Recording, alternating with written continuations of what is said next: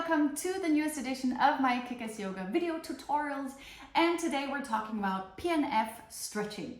What is PNF stretching? How can we use it to develop more range of motion during our movement or yoga practice, and how can we practice it safely? So what does PNF stand for? It stands for proprioceptive neuromuscular facilitation. Proprioceptive relates to the proprioceptive system within our muscles and joints, which create our body awareness. So you can walk without looking at your feet, so you know where you are in space. Neuromuscular relates to neurons, nerves, and muscles. So basically the connection from central nervous system to our muscles back and forth.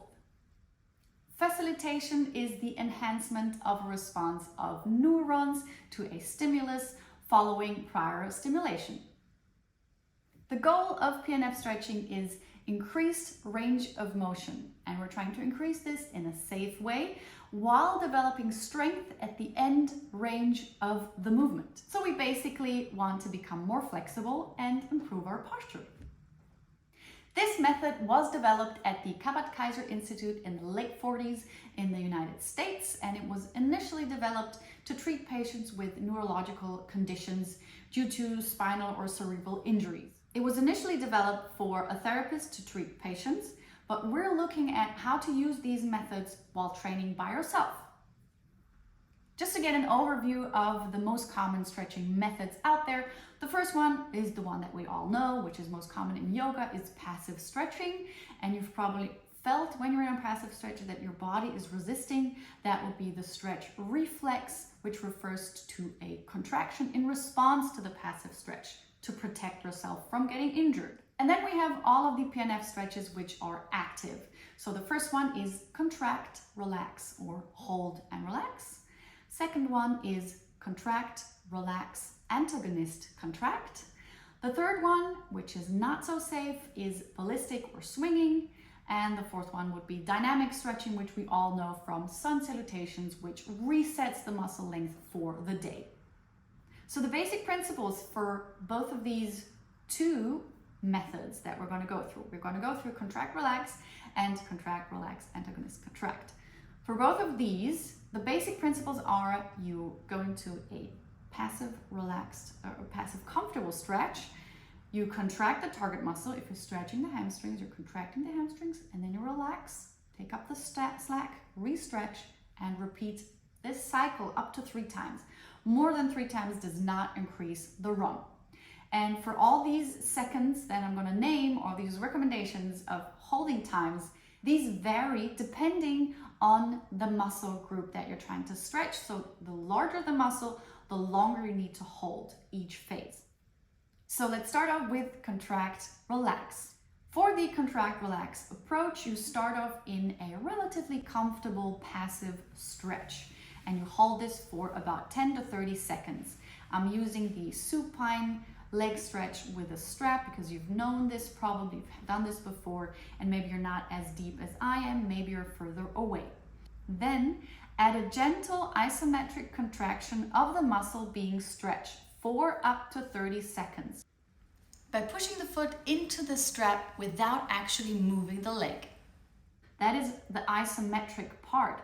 So isometric means you're holding the muscle at a constant length and no movement is produced. Then relax for 2 to 3 seconds and breathe, and then re-stretch. So gently pull the leg closer to you for about 10 to 45 seconds, depending on the muscle group, to achieve a new stretch position by taking up the slack. And repeat this up to 3 times. Let's look at the second one, the crack or contract, relax, antagonist contract approach, which begins the same way. So you start off in a relatively comfortable passive stretch, then you go for an isometric contraction. In this example, I am stretching my quads and hip flexors. So in order to get into that isometric contraction, I am pushing my lower leg into the sofa to engage the quads for up to 30 seconds. Then relax for 2 to 3 seconds and breathe, and then go for an antagonist contraction phase, an isometric contraction phase again.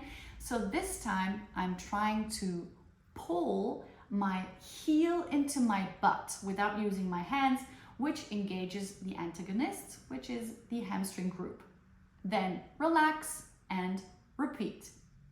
Then we've got hold, relax, swing, the ballistic way of stretching using momentum to increase the range of movement, which can potentially be dangerous. So for the untrained person, this is a not so good approach because the end point of the movement is hard to predict and hard to control.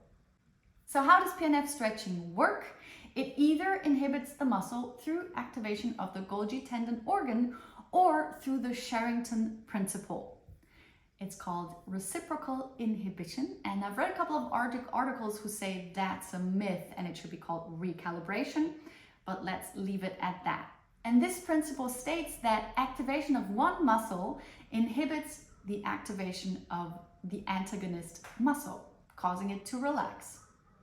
So we need to stretch with the intent of convincing our central nervous system that we're in control of any new range that we create through a stretching session, through breathing and working on isometrics.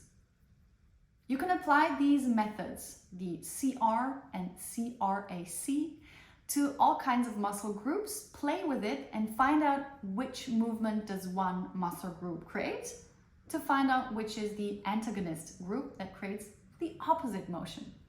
I hope this video helped explain some of the questions you had. Let me know in the comments if it didn't or if you have more questions, and I hope you have a very successful and happy stretching session using these principles.